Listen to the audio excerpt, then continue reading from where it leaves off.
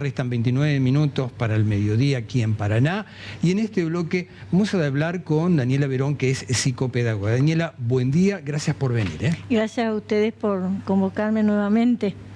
La idea, bueno, es continuar un poco lo que ya habíamos hablado antes, pero sí por ahí recordar de qué es lo que nosotros hacemos. Claro, hay mucha gente que uno le dice que uno es psicopedagogo o pedagoga y a lo mejor no sabe cuál es el campo de acción. Claro.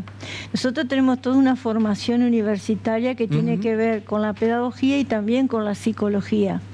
Esto nos permite, tenemos un campo de acción muy amplio, que si nos ponemos a hablar en edades, arranca desde que un bebé nace hasta los 3 años y hacemos estimulación temprana si ese niño es portador de alguna discapacidad o algún síndrome. Después, bueno, se trabaja en primaria, secundario y hasta adultos.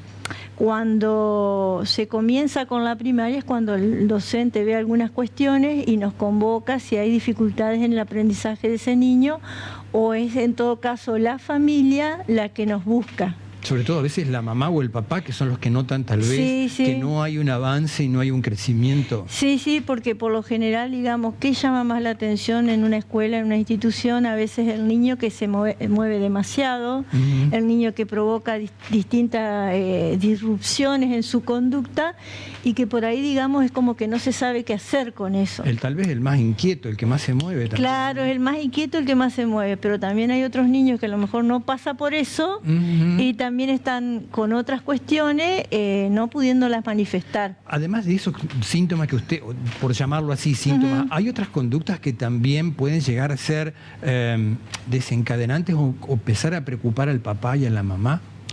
En las escuelas, digamos, puntualmente por ahí se ven esas situaciones, o un nene que tiene dificultades en la lectoescritura, entonces podemos pensar que es un trastorno en el aprendizaje. El niño que tiene una cuestión no solo de inquietud, sino de déficit atencional, entonces podemos estar hablando de un déficit de atención, por hablarlo así de manera muy general. O el niño, digamos, que no se comunica directamente, que está ahí en el aula, que digamos que está como a veces normalmente o comúnmente uno dice en su mundo y parece que no conecta con lo que la maestra, el docente y el grupo está proponiendo. ¿Y eso se da, o ese contexto aproximadamente cuando uno tiene 3 años, el pequeño, el bebé? Claro, normalmente se hace una serie de estudios cuando el bebé nace, o sea, estos estudios con respecto a la audición. Obviamente si hablamos, por ejemplo, de un síndrome de Down, es muy evidente al nacer que ese niño ya porta una discapacidad, por decirlo de alguna manera. Antes se hablaba de un retraso mental y ahora se habla de una discapacidad intelectual, porque no nos quedamos parados en ese diagnóstico o en eso que le está pasando a ese niño y tratamos de hacerlo más funcional, que pueda tener una capacidad más normal, por decirlo de alguna forma, o de desarrollo en la sociedad, que no nos quedemos con eso, que pueda avanzar, siempre buscando también la autonomía de esa persona. Antes se hablaba de portador de una discapacidad y era como que ya estaba sin muchas posibilidades de transitar la sociedad como el resto de las personas. Y ahora, de acuerdo a los al diagnóstico, a los tratamientos, la intervención del equipo de profesionales que se convoca y el trabajo de la escuela y la familia, porque eso no podemos descontarlo, ese niño tiene muchas posibilidades, así sea con un diagnóstico de autismo. La posibilidad de trabajar, de tener cierta autonomía, ¿no es cierto? Y bueno, de alguna manera salir adelante con ese cuadro que va presentando. ¿Cuál es el acompañamiento? ¿Cuál es el rol que tienen los padres y también el abuelo, la abuela o la tía que está alrededor de eso? Porque todos deben cumplir su función. Sí, porque por ejemplo uno normalmente dice familia, pero tenemos situaciones donde la función de la mamá o el papá la ejercen los abuelos por diversos motivos, no están estos papás presentes, pero la función la sigue ejerciendo otro, ya sea de madre o padre, ¿no es cierto? Bueno, acuden a la entrevista con nosotros, se hace una evaluación cognitiva, para ver si bien hay un compromiso a nivel cognitivo, si hay dificultades en la memoria, en la atención, en todo lo que nosotros llamamos como los dispositivos básicos. Si está atento, si tiene memoria, si hay hábitos instalados, si hay percepción de determinadas situaciones. Entonces nosotros trabajamos todo eso y después le hacemos un diagnóstico y una devolución a la familia. Para eso se utilizan diversas pruebas, test, técnicas, pruebas pedagógicas, y después se conforma. A ver, si hablamos de discapacidad tenemos que pensar en la intervención de una neuróloga también, que acompañe esto. Y poder conformar además de eso un equipo de profesionales, o sea, ya sea psicólogo, terapista ocupacional, porque también puede haber dificultades de lo sensorial y es necesario la intervención de una terapista ocupacional. Si es algo más conductual, lo vamos a trabajar con una psicóloga. Digamos, no es que es esa persona sola, sino que se arma el equipo y en base a eso se hace la intervención. Daniela, este tipo de conductas que se observa en los pequeños y que ustedes se ocupan de reorientar, incorporarlo al sistema educativo, a que el pequeño comience a desarrollar sus habilidades, ¿es hereditario? ¿A qué se debe esta situación que se genera? Y tendríamos que hablar puntualmente de cada uno de esos casos, ¿no es cierto?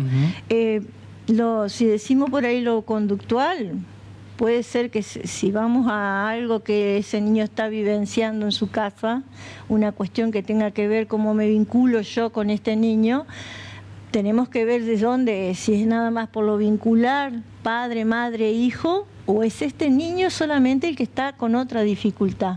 Entonces se va viendo ese tipo de trabajo con la psicóloga y la que además le va a dar estrategias a la familia. O a veces intervenir y pedir también que esa familia pueda tener otro tipo de intervención psicológica para acompañarlo en esta cuestión. En todo este panorama que usted describe, que evidentemente son las cosas que suceden en la sociedad, el rol de la psicopedagoga con aquellos pequeños que tienen discapacidades, que tienen problemas de autismo, por ejemplo, ¿ustedes también le ayudan, pueden trabajar de este tipo de cosas? Sí, porque la idea es, digamos, trabajar de una estimulación de lo que a ese niño le falta. Son niños que por ahí presentan determinados indicadores que son, bueno, no hay presencia de juego simbólico, no interactúan con otros niños, pueden estar en un grupo y ellos están haciendo sus juegos sin interactuar con los demás. Son niños que tienen muchas características que nos llaman la atención porque no son, a ver, si lo comparamos, por decirlo de alguna manera, con el niño normal, como uno está acostumbrado a decir, ahí hay algunas dificultades. Son niños que, digamos, además tienen ciertos movimientos que a uno le llama la atención, ya sea el movimiento de manos, balanceo de cuerpo, juegos restringidos, le decimos nosotros esto de que normalmente un chico puede estar jugando a algo, haciendo uso de un juguete, y estos niños se concentran a lo mejor en el movimiento de la rueda de un auto. Por ejemplo, seguimos la ruedita del auto y nos seguimos concentrando en eso, pero no hay un juego establecido ahí. O hay niños que les encanta, por ejemplo, los autos, y también en vez de hacer esto, los alinean, no hacen un juego que pueda decir un juego simbólico donde yo estoy tratando de imitar algo de la vida, digamos, real a través del juego. Daniela, y le pregunto a veces, ¿quiénes son los primeros que detectan estos problemas? ¿Los abuelos, a veces el papá, a veces la mamá? ¿Se asustan mucho cuando ven este tipo de atraso? Sí, obviamente que se asustan. También tenemos que decir que a veces nos encontramos con papás que no lo quieren ver.